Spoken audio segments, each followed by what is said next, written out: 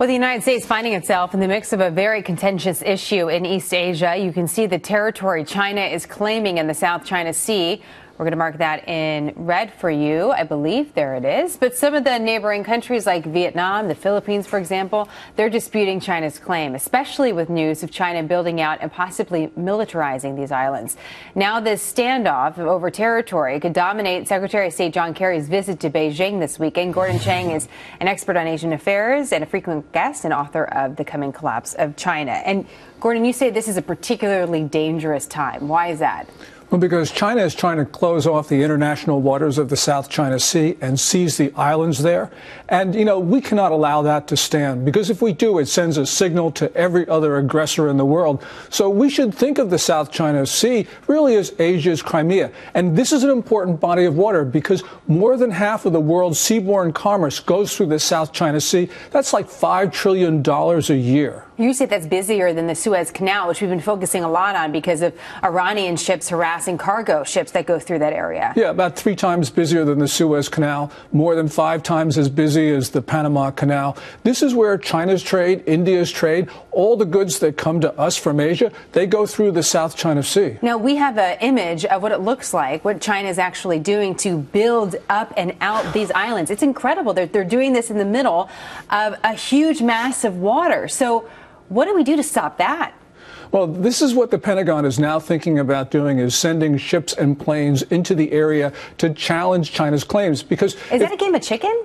Well, it's a very important game because for more than 2 centuries, the United States has had only one consistent foreign policy, and that is a defense of freedom of navigation. And China is trying to keep out other nations, including us, from this area. So what we do normally is send these ships and freedom of navigation exercises to challenge China's claims, and we need to do this now. And so what would the challenge be? What could China's response be?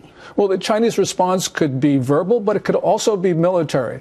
The Chinese have not been too reticent about what they're going to do. They say that the United States does not have any right to go into the South China Sea area around these islands, and it's been warning us in the last 2 days about this. So it's pretty clear what they think. Why is it worth it to us to take a stand on this particular issue?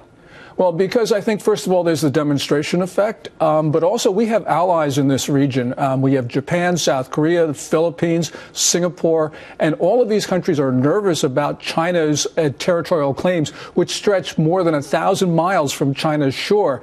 Basically, China wants 90% of the South China Sea, and that's just impossible. It's so ironic to hear you speaking about this now. We've been talking about Secretary Kerry, his trip to Russia over the last week, and what Russia is doing encroaching upon territory in Ukraine, and of course the neighboring countries being worried about that in Europe. And here we have our treaty, the NATO treaty with them. How are the situations similar?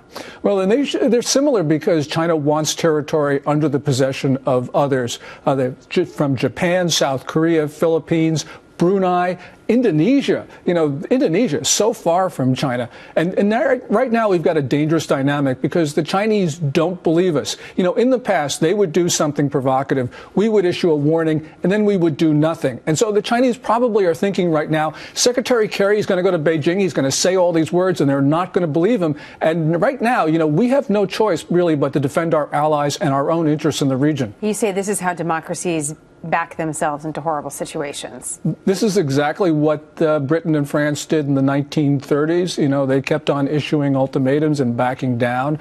And essentially, they were left with no choice but to defend Poland. And that started World War II in Asia. But we've seen this also in other situations later in the 20th century. And so, unfortunately, democracies always try to avoid conflict. And aggressors know that, and they always push us. And when they push us, they sometimes push too far. And I think what happens right now is that China has pushed its neighbors in the United States too far. Looks like we're getting tested on many different levels from a few different countries right now. Gordon, we'll watch what happens this weekend, see if Secretary Kerry gets any work done there. Thank you very much, as always.